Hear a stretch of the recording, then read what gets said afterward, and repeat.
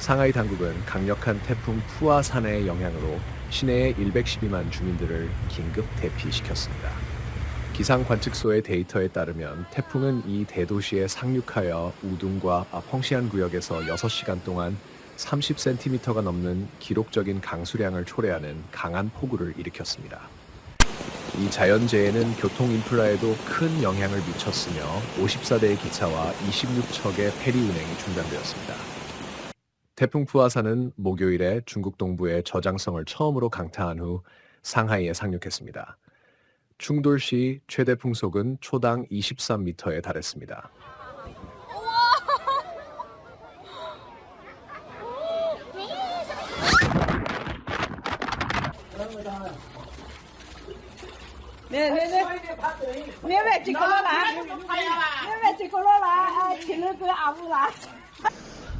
이번 주 초 상하이는 이미 75년 만에 최강 태풍 베빈카의 영을 받았다는 점도 주목할 만합니다. 주요 영향은 3천만 명이 거주하는 상하이에 미쳤습니다. 베빈카는 지난 주말 일본 남쪽 섬들의 동쪽에서 형성되어 서쪽으로 이동하며 중국의 상하이를 강타했습니다.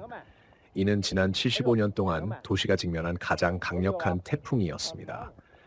풍속은 시속 150km에 달하며 사피르 심프슨 척도에서 1등급 허리케인에 해당합니다. 태풍은 일반적으로 도시 남쪽에서 상륙합니다.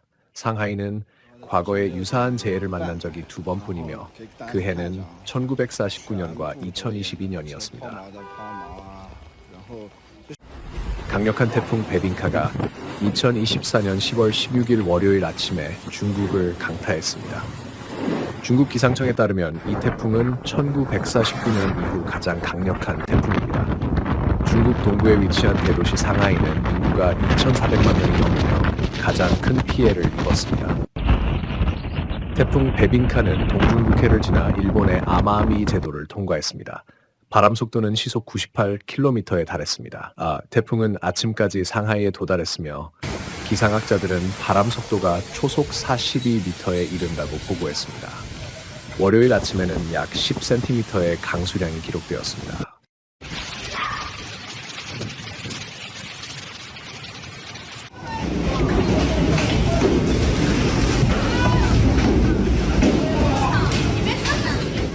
일요일에는 상하이가 다가오는 태풍에 대비하기 시작했습니다. 항공편이 취소되었고 도시의 페리 서비스가 중단되었습니다. 중국 기상청은 태풍으로 인해 가장 높은 적색 경보를 발령했습니다. 태풍은 나무를 쓰러뜨리고 광고판을 파괴했습니다. 소셜미디어에는 태풍의 피해를 담은 영상이 퍼지고 있으며 많은 전신주가 넘어지고 건물의 외벽이 벗겨진 모습이 담겨 있습니다.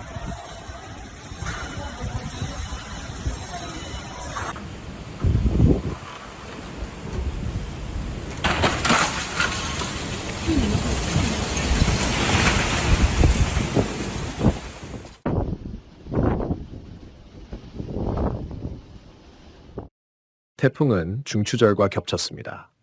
중추절은 3일 동안 기념되는 명절입니다. 이는 소비자 지출을 크게 줄이고 국가 경제에 부정적인 영향을 미칠 수 있습니다. 많은 축제와 기념 행사가 취소되었습니다.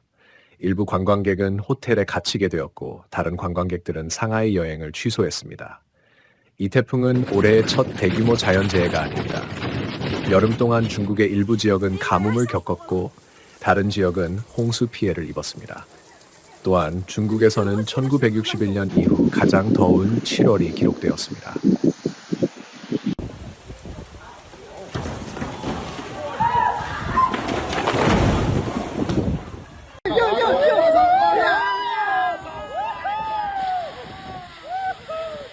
중국 기상청은 베빈카가 형성된 곳에서 또 다른 태풍이 생성되고 있으며 이번 주말에 상하이와 주변 지역을 강타할 수 있다고 경고했습니다. 태풍으로 인한 인명피해나 부상자는 아직 보고되지 않았습니다. 40만 명 이상의 주민이 자택에서 대피했습니다. 보통 베빈카는 인도의 고아 지역 전통 디저트로 층층이 쌓인 케이크입니다. 이 케이크의 레시피는 포르투갈의 선교사인 베비아나에 의해 처음으로 이 지역에 전해졌습니다. 중국만이 극단적인 날씨에 영향을 받은 것은 아닙니다. 지난주 동남아시아는 파괴적인 태풍 야기에 직면했습니다. 이 태풍으로 인한 사망자 수가 200명을 넘었다고 보도되었습니다. 강한 비가 베트남, 라오스, 태국, 미얀마를 강타하였고 이들 나라에서는 산사태와 홍수가 발생했습니다. 매년 이 시기에 동남아시아는 강한 몬순 비를 경험하지만 기후변화로 인해 강수량이 더욱 증가하고 있습니다. 이것은 태풍의 형성에도 영향을 미쳐 태풍이 해안 근처에서 형성되고 점점 강력해지며 더 빠르고 오래 육상에서 활동하게 됩니다. 한국에서는 대규모 홍수를 일으킨 폭우의 여파를 제거하는 작업이 진행되고 있습니다. 중심지는 나라에서 두 번째로 큰 도시인 부산입니다. 단 몇 시간 만에 270mm의 강수량이 기록되었습니다. 도로는 물에 잠겼고 도로 표면이 침식되어 깊이 10m까지의 많은 침하가 발생했습니다. 심지어 트럭조차도 그곳에 빠졌습니다. 긴급 서비스는 재해 영향을 완화하기 위해 24시간 동안 작업하고 있습니다. 지역 당국은 시민들에게 침수된 지역을 여행하지 말 것을 권장하고 있습니다. 일기예보에서는 비가 계속될 것이라고 예고하여 상황이 더욱 악화될 것에 대한 우려가 커지고 있습니다. 전문가들은 산사태의 가능성에 대해 경고하고 조심할 것을 촉구하고 있습니다. 인프라 복구에는 몇 주가 걸릴 수 있으며 일부 지역상에선 몇 개월이 걸릴 수도 있습니다. 포르투갈의 남서부에 위치한 아베이루 지역에서 산불로 인해 2명의 사망이 확인되었습니다. 포르투갈 국가 비상사태 및 민간 방위청에 따르면 한 명은 세베르 두보우가 시에서 화상으로 사망하였고 다른 한 명은 알베르가리아 벨라시에서 심장마비로 사망하였습니다. 후에 밝혀진 바에 따르면 두 번째 사망자는 29살의 브라질 국적 남성으로 산림회사의 직원이었으며 장비를 수리하려다 화재에 휘말리게 되었습니다.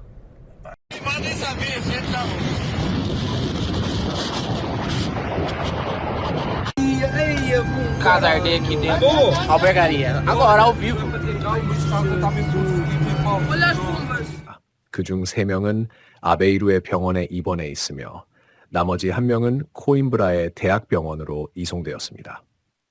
포르투갈은 아베이루 지역에서 발생한 화재를 진압하기 위해 1200명의 소방관 391대의 장비, 12대의 헬리콥터를 동원했습니다.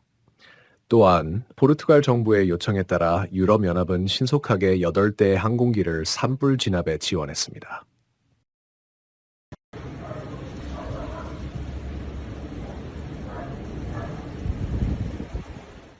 폴란드 남부의 저지레시아에서 폭풍 보리스로 인해 발생한 홍수는 약 9억 5,500만 달러의 막대한 피해를 입혔습니다. 이로 인해 2개의 도시와 25개 카운티가 영향을 받았습니다.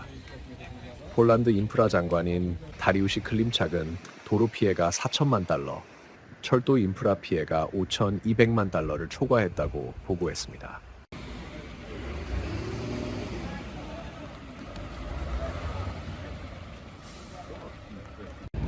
가장 큰 피해는 수자원 인프라에서 발생했습니다.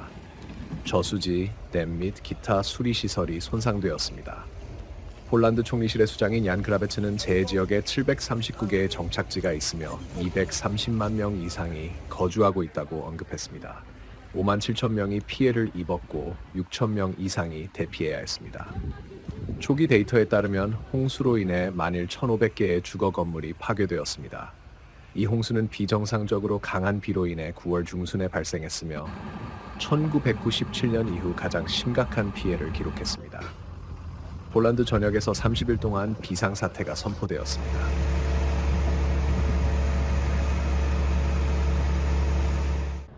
도나우 강이 범람하여 헝가리 수도 부다페스트 중심부의 강변을 침수시켰습니다.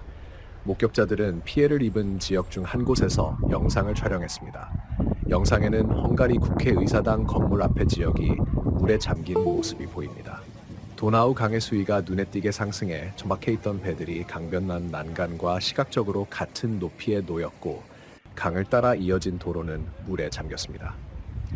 토요일 아침 오전 5시경 도나우 강의 수위가 최고치인 830cm에 도달했습니다.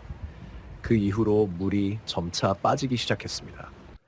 범람한 도나우 강은 이미 도시의 중심부 도로들을 침수시켰고 물은 도로 표지판과 신호등 높이까지 상승했습니다. 부다페스트 주민들은 가스와 전기가 끈 가능성에 대해 경고를 받았습니다. 9월 12일 이후로 폭우와 홍수가 루마니아, 오스트리아, 체코, 이탈리아, 헝가리, 슬로바키아를 강타했습니다. 이러한 기상이변은 폭풍 보리스에 의해 발생했습니다. 강력한 비로 인해 파괴적인 홍수가 발생할 위험이 있어 일본 중부의 4도시에서 수만 명이 대피했습니다. 일본 기상청은 가장 높은 수준의 비상 경고를 발표하고 비가 여러 현에 계속 내리고 있어 재난의 가능성을 경고했습니다. 와지마시에선 약 18,000명이 집을 떠날 수밖에 없었고 인접한 스즈시에서도 12,000명이 대피했습니다. 두 도시는 본주 이시카와 현에 위치해 있습니다. 북부에서는 니가타 현과 야마가타 현에서 또 만여 명이 대피해야 했습니다. 상황은 점점 더 심각해지고 있습니다. 12개의 강이 범람하여 도시와 마을이 침수되었습니다. 와지마에선 전체 거리들이 물에 잠겼고 지역 당국은 이시카와 현의 3개 강이 넘쳤음을 확인하여 주변 지역에 심각한 영향을 미쳤습니다. 구조 서비스는 피해를 최소화하고 추가 파괴를 방지하기 위해 적극적으로 작업하고 있습니다. 소방재난관리청에 따르면 최소한 한 채의 집이 산사태로 파괴되었지만 정확한 피해 규모는 아직 알려지지 않았습니다. 이 지역은 이미 재난에 직면해 있었습니다. 올해 초 와지마와 스즈는 새해에 발생한 지진으로 큰 피해를 입었습니다. 규모 7.5의 지진으로 최소 236명이 사망하고 건물과 인프라가 파괴되며 화재가 발생하고 지금도 눈에 띄는 파괴의 흔적이 남아 있습니다. 복구 작업은 계속되고 있지만 주민들은 다시 자연의 힘에 직면하게 되었습니다. 최근 몇 년 동안 일본은 강한 비로 인한 치명적인 홍수와 산사태를 포함한 극단적인 기상현상에 자주 직면하고 있습니다. 약화된 지형과 폭우가 재난을 초래하는 조건을 만들어내고 있으며 많은 지역사회가 반복되는 위협에 대처하기 위해 노력하고 있습니다. 이러한 드문 사건들은 점점 더 빈번해지고 있어 국가는 변화하는 기후에 적응해야 합니다. 정부기관은 대피자를 위한 대피소를 설치하고 지원을 조정하기 위해 24시간 계속해서 활동하고 있습니다. 홍수와 산사태의 위협은 여전히 높으며 구조 서비스는 날씨가 개선되지 않기 때문에 사람들에게 경계를 요청하고 있습니다. 전날 사이클론 보리스가 몰도바를 강타하여 국가의 여러 지역에서 대규모 홍수가 발생했습니다. 특히 중앙부와 남부 지역이 크게 피해를 입었습니다. 물이 논밭과 집을 침수시키며 농경지에 큰 피해를 주었습니다. 수십 개의 마을이 전기가 끊겼고 상황은 더욱 악화되었으며 키시노우는 사실상 마비 상태가 되었습니다. 거리는 강처럼 변하고 교통이 중단되었으며 많은 주민들이 일터나 학교에 갈 수 없었습니다. 사이클론은 갑작스럽게 발생했습니다. 기상학자들의 경고와 오렌지 기상 경고 코드가 발령되었음에도 불구하고 강수량의 강도는 모든 예상을 초과했습니다. 주민들은 강한 비를 예상했지만 실제로 발생한 상황은 모두를 놀라게 했습니다.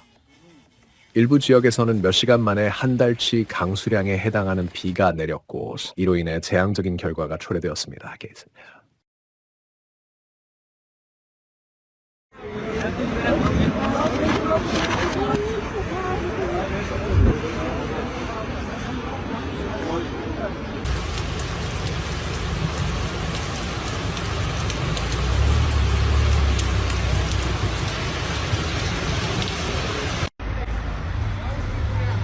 N-aveți voie să parcați aici? 몰도바의 중앙부와 남부 지역의 논밭이 물에 잠기면서 수확과 지역 농민들의 재정적 안정이 위협받고 있습니다. 비에 대한 보호가 되어 있는 집에서도 지붕이 강한 물살을 견디지 못해 주민들은 양동이로 물을 퍼내야 했습니다. 많은 사람들이 집을 잃었고 당국은 인도적 지원 물자의 공급을 조직했습니다. 남아프리카의 콰줄루나탈주에서 드물고 강력한 눈보라가 발생하여 지역을 마비시키고 수천 명에게 심각한 어려움을 초래했습니다. 국가에서 가장 중요한 도로 중 하나인 3번 도로가 이례적으로 강한 눈보라로 인해 완전히 차단되었습니다. 이로 인해 여행자들은 특히 모닝사이드와 플라자 투일라 사이에서 대체 경로를 찾을 수밖에 없었고 이동이 거의 불가능해졌습니다. 헬리콥터조차 이 상황을 도와줄 수 없었습니다. 3번 도로는 남아프리카의 중요한 경로로 특히 항구 도시 더반으로 화물을 운송하는 데 필수적입니다. 화물 운송의 중단은 수백만 톤의 화물이 지연되기 때문에 상당한 경제적 영향을 미칠 것으로 예상됩니다. 이 혼잡한 도로의 갑작스러운 폐쇄는 긴 줄을 초래할 수 있으며 제설 작업에는 며칠 또는 몇 주가 걸릴 수 있습니다.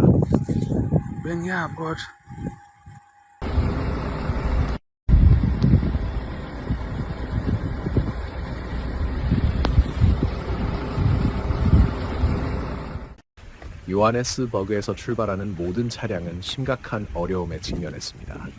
교통부는 특히 눈이 내린 고속도로의 주유소에서 밤을 보낼 수밖에 없었던 많은 여행자에 대해 깊은 우려를 표명했습니다. 긴급 구조 서비스가 신속하게 지원을 위해 파견되었지만 일요일 아침까지 부상이나 사망자는 보고되지 않았습니다. 눈보라는 레소토와의 3개의 국경 통과점이 폐쇄되는 원인이 되었습니다. 국경관리기관은 많은 도로가 완전히 통행 불가능해져 심각한 위험이 있다고 보고했습니다. 소셜미디어에는 깊은 눈에 갇힌 자동차, 트럭, 버스의 영상이 올라왔습니다.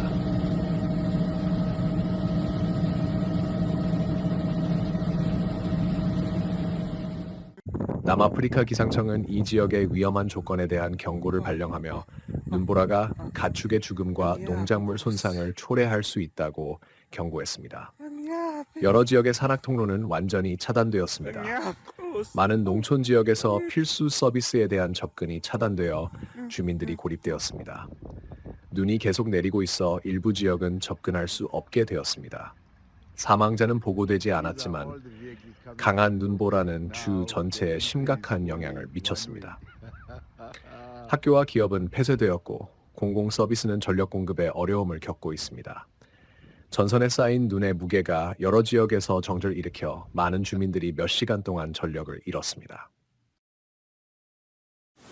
프랑스의 해안 도시는 계속된 폭우로 인해 거리가 강으로 변하면서 심각한 홍수와 싸우고 있습니다. 칸에서는 사람들이 가로등 기둥에 필사적으로 매달리는 동안 차들이 강력한 물살에 휩쓸렸습니다. 소셜 네트워크 트위터에 게시된 충격적인 영상에는 물에 잠긴 해안 도시의 모습이 담겨 있으며 보행자들이 도로를 건너려고 하면서 물살과 싸우는 장면이 포착되었습니다.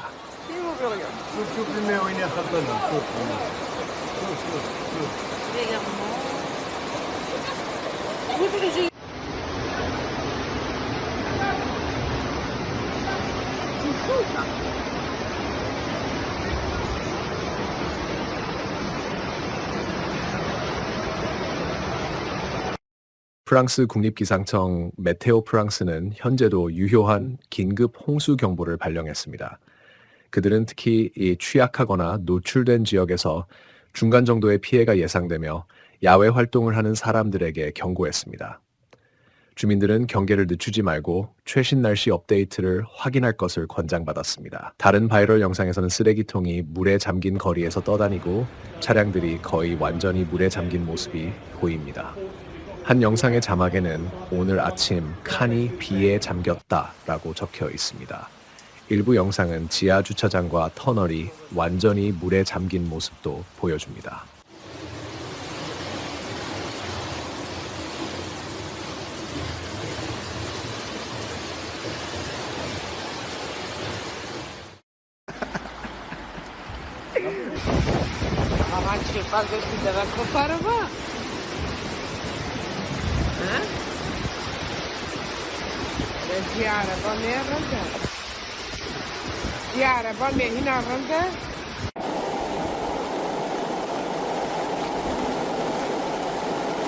가장 큰 피해를 입은 곳은 레피블리크 지역으로 특히 차량과 도로에 심각한 피해가 발생했습니다.